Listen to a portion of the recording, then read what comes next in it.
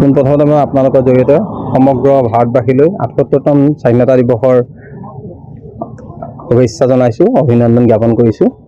আজি আমি গোটেই ভাৰতবৰ্ষই আজি ৯ তাৰিখৰ পৰা এই ১৫ তাৰিখলৈকে এক স্বাধীনতাৰ এই মহোৎসৱৰ দৰে আমি পালন কৰিবলৈ গৈ আছোঁ, হৰ ঘৰ তিৰংগা উৎসৱৰ জৰিয়তে। গতিকে তেনেধৰণে গোটেই ভাৰতবৰ্ষত যিধৰণে এই উৎসৱমুখৰ পৰিৱেশ সৃষ্টি হৈছে, বৰপথাৰতো তাৰ ব্যতিক্ৰম হোৱা নাই। বৰপথাৰতো আমি দেখিবলৈ পাইছোঁ বিভিন্ন অঞ্চলত বা বৰপথাৰ সৰুপথাৰকে আদি কৰি বিভিন্ন অঞ্চলত এই এটা খুব উৎসৱমুখৰ পৰিৱেশৰ সৃষ্টি হৈছে। আপোনালোকে নিশ্চয় প্ৰত্যক্ষ কৰিবলৈ পৰাইছে যে এতিয়া ইয়াতে আমি তিৰংগাৰ দোকানত বিক্ৰী হৈ আছে আৰু খুব উৎসাহী, ৰাইজো খুব উৎসাহী হৈছে। সকলোৱে ইয়াত তিৰংগা পতাকাখন আমাৰ প্ৰত্যেকে নিজৰ নিজৰ ঘৰলৈ লৈ গৈছে। বিভিন্ন আত্মসহায়ক গোট বা তেনেধৰণৰ বিভিন্ন ব্যক্তিসকলেও এই তিৰংগা পতাকাৰ বিক্ৰীৰ ব্যৱস্থা কৰিছে আৰু প্ৰত্যেকৰ ঘৰতে একোখনকৈ তিৰংগা, যিধৰণে প্ৰধানমন্ত্ৰী মোদী ডাঙৰীয়াই আহ্বান জনাইছে যে প্ৰত্যেকৰ ঘৰতে একোখনকৈ তিৰংগা পতাকা উত্তোলন কৰা হওক।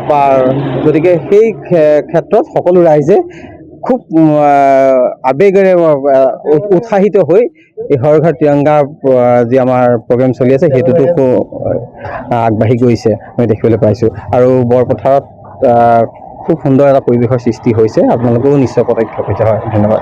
বছৰে ইয়াৰ পৰা মানুহসকলে লৈ যায়, ৰাইজসকলে আহি প্ৰতি বছৰে আমি সুলভ মূল্যতে দি আছোঁ।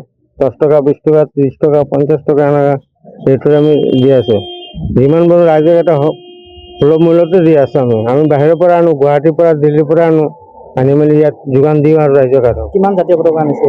মোটামুটি আমি 3000 ওপৰত আনিছোঁ, 3-4 মান হ'ব। কিমান বিক্ৰী মোটামুটি ঠিকে আছে। প্ৰতি বছৰে যেনেকৈ ৰাইজে এটা বছৰেকীয়া মূৰত এটা আমাৰ উৎসৱ বুলি মানো, সেইটো হিচাপত আহি ঘৰে ঘৰ তিৰংগা লগাই আমাৰ মোদী চৰকাৰে যিটো প্ৰতি বছৰে ৭৫ বছৰত যিটো আমাৰ এটা ঢেউ আছিলে, ঘৰ ঘৰ কি তিৰংগা, এইবুলি আমাৰ এটা আৱাস এটা পাইছোঁ।